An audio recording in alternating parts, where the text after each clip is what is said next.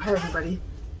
So I just finished making my last video, but I wanted to get back on here and actually talk about how like the house sounds like that bothered me, because I was making a video and it was like, of course, just when I start making a video, you know, there's going to start being banging.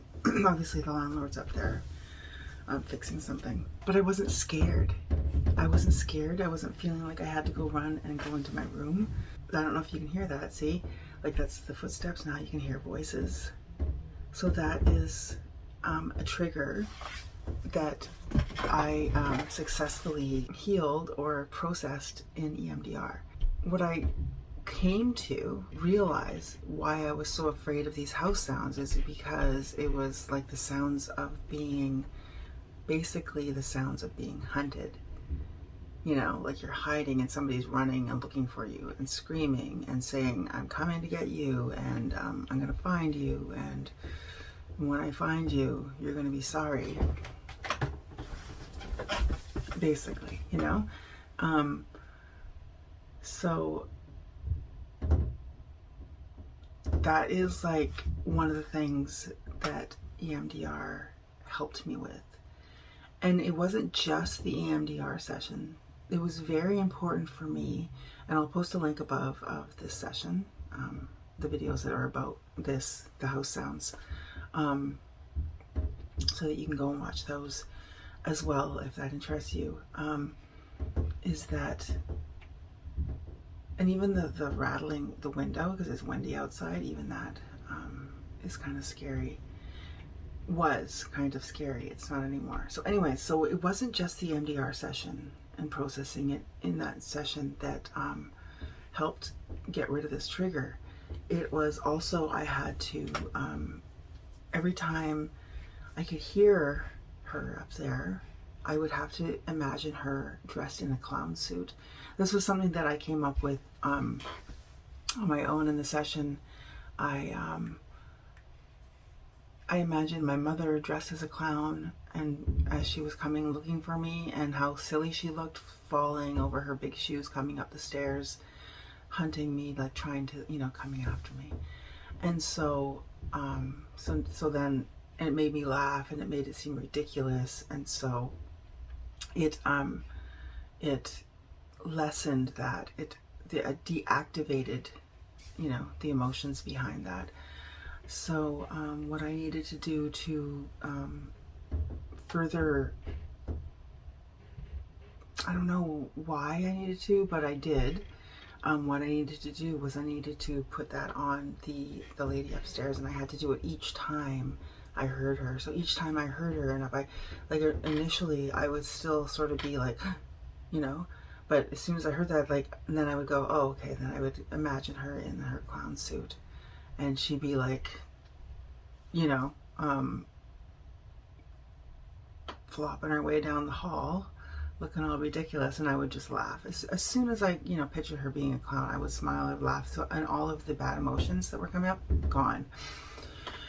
And so I did that with also the people that were next door. If I, even the little girl, if I could hear, you know, the little girl, like, I would just imagine them dressed up like clowns.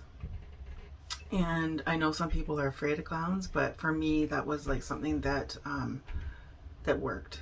So whatever it is that that would work for you, like if there's something like this, if you have, you know, if you're living in a place where there's, you know, an apartment where there's people above you or beside you or both, maybe you could think up something that you could think about to replace. Like when you hear the noises of the house sounds, if you could imagine the people that are making the sounds dressed up silly, something that would make you laugh, something that would make you see them as ridiculous. And I encourage you to try doing that. I think it's called thought replacement, and it takes, you know, doing it a few times, and then you'll notice after doing it for a while, the emotions are very much deactivated behind, like the sounds that, like now the house sounds, I just find them annoying. I don't find them scary. I don't find myself needing to go into my room so I can get away from, you know, the sounds of the people living you know, above me and beside me. So yeah, I hope that was that's helpful to somebody out there. Like I said, don't forget to check out the link to the videos up in the corner above there, and there's a few in the playlist. I'll link the playlist as well. And yeah, let me know if you have been successful in getting rid of a trigger using this kind of strategy, the thought replacement strategy. Like I say, it was deactivated not just through the thought replacement, but it was EMDR plus that.